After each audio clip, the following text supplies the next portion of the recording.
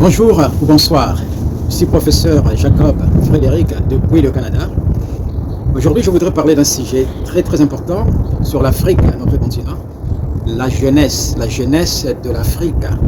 Je voudrais vraiment me concentrer sur les deux Congos, la jeunesse du Congo-Brazzaville et la jeunesse du Congo-Kinshasa. Vous savez, il y a une tendance en Afrique, en particulier en République démocratique du Congo. C'est le rêve de tout le monde de devenir politicien. On sous-entend politicien, donc devenir riche, devenir multimillionnaire. Vous savez, c'est pas un problème de devenir politicien, mais nous devons savoir une chose. Devenir politicien, il y a aussi une responsabilité qui est attachée à cela.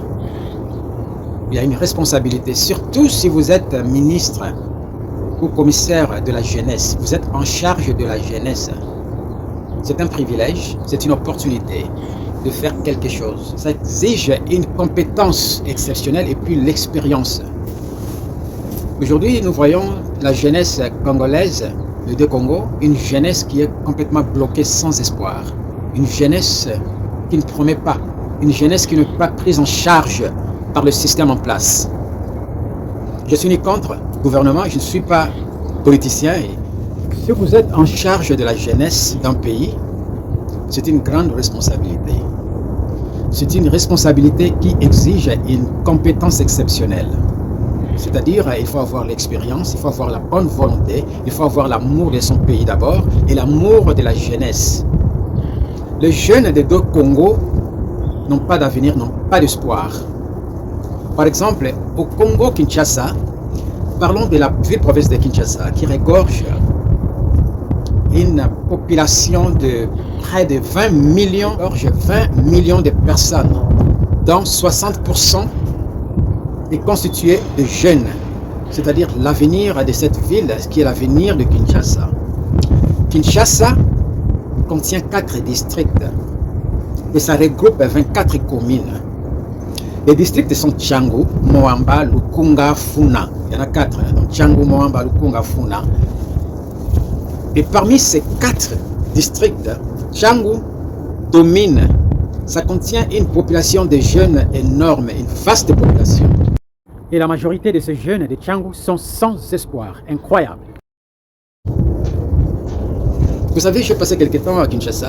Après avoir passé plusieurs années, des décennies à l'étranger, je retourne au pays et je trouve une image sale, une image honteuse, une image qui dérange, une image troublante. Mais passer à Tchangu, par exemple, vers Kinkole, les arrêts principaux là, Kinkole, Bibois, il y a Pascal, il y a Bitabe, il y a Terre Jaune, Air Force, il y a les arrêts comme des bonhommes, il y a des arrêts comme des bonhommes, il y a Kimbuta par exemple. Il faut voir la population, cette jeunesse dont nous parlons ici. Les jeunes qui se déambulent, qui n'ont pas de responsabilités. Il y a certains jeunes qu'on appelle phaseurs, donc les jeunes de la rue. Je rencontrais quelques jeunes de 4 ans d'âge, ce sont des enfants, 4 ans, 5 ans, qui dorment dans la rue sans parents. Et ils grandissent comme ça. Ils sont nombreux dans la ville-province de Kinshasa. Dans la ville de Kinshasa, les 4 districts-là, ça regroupe 24 communes. Dans ces communes, vous avez des commissaires ou encore des bourgmestres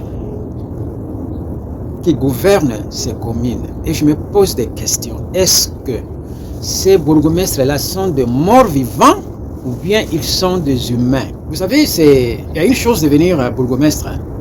Mais il faut avoir l'amour de son pays d'abord. Il faut avoir l'amour de la commune. Il faut avoir l'amour des gens. Il faut aimer les gens avant d'assumer ses responsabilités.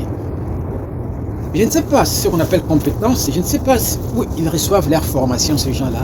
Il faut voir des communes sales. Toutes les communes. Même la fameuse commune qu'on appelle Gombe. Il y a la salubrité un peu partout incroyable. Et les jeunes sans espoir, sans prise en charge.